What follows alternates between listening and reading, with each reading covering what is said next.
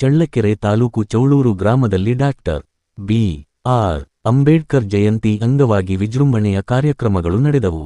ಜಯಂತಿ ಪ್ರಯುಕ್ತ ಗ್ರಾಮವನ್ನು ತಳಿರು ತೋರಣಗಳಿಂದ ಅಲಂಕರಿಸಲಾಗಿದ್ದು, ರಾತ್ರಿ ವೇಳೆ ಭಕ್ತಿಪೂರ್ಣ ಗೀತ ಗಾಯನ ಕಾರ್ಯಕ್ರಮಗಳು ಜರುಗಿದವು. ಈ ಸಂದರ್ಭದಲ್ಲಿ ಡಾಕ್ಟರ್ ಬಿ.ಆರ್. ಅಂಬೇಡ್ಕರ್, ಗೌತಮ ಬುದ್ಧ ಹಾಗೂ ಬಸವಣ್ಣ ಅವರ ಭಾವಚಿತ್ರಗಳಿಗೆ ಗಣ್ಯರು ಪುಷ್ಪಾರ್ಚನೆ ಸಲ್ಲಿಸಿದರು. ಅಂಬೇಡ್ಕರ್ ಸಂಘದ ವತಿಯಿಂದ ಜಯಂತಿ ಅಂಗವಾಗಿ ಎಲ್ಲರ ಸಹಕಾರದೊಂದಿಗೆ ರಕ್ತದಾನ ಶಿಬಿರವನ್ನು ಏರ್ಪಡಿಸಲಾಗಿತ್ತು.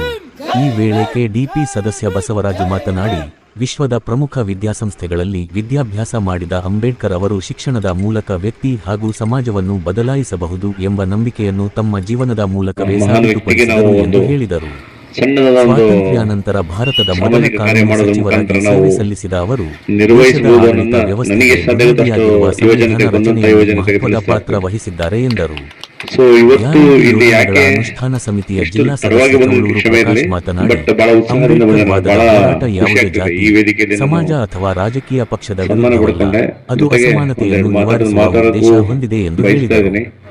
ನನ್ನನ್ನು ಪೂಜಿಸಬೇಡಿ, ಓದಿ ಎಂಬ ಅಂಬೇಡ್ಕರ್ ಅವರ ಸಂದೇಶವನ್ನು ಸ್ಮರಿಸಿದ ಅವರು, ಇಂದು ಅವರ ಬರಹಗಳನ್ನು ಓದಲು ಕೇವಲ ಪೂಜೆ ಮಾಡುವ ಪ್ರವೃತ್ತಿ ಹೆಚ್ಚುತ್ತಿರುವುದಕ್ಕೆ ವಿಷಾದ ವ್ಯಕ್ತಪಡಿಸಿದರು. ಸಂವಿಧಾನ ಶಿಲ್ಪಿ ಅಂಬೇಡ್ಕರ್ ಸೇರಿದಂತೆ ಸಮಾಜ ಸುಧಾರಕರ ಆಶಯಗಳಂತೆ ಸಮಾನತೆಯ ಸಮಾಜ ನಿರ್ಮಾಣಕ್ಕೆ ಪ್ರತಿಯೊಬ್ಬರು ಶ್ರಮಿಸುವ ಅಗತ್ಯವಿದೆ ಎಂದು ಕಾರ್ಯಕ್ರಮದಲ್ಲಿ ಕರೆ ನೀಡಲಾಯಿತು. ಎಷ್ಟು ಅರ್ಥಗರ್ಭಿತವಾಗಿ ನೀವು ಮಾಡ್ತಾ ಇದ್ದೀರಿ ಅಂದ್ರೆ ನಿಜವಾಗಲೂ ನನ್ನ ವೈಯಕ್ತಿಕವಾಗಿ ನನ್ನ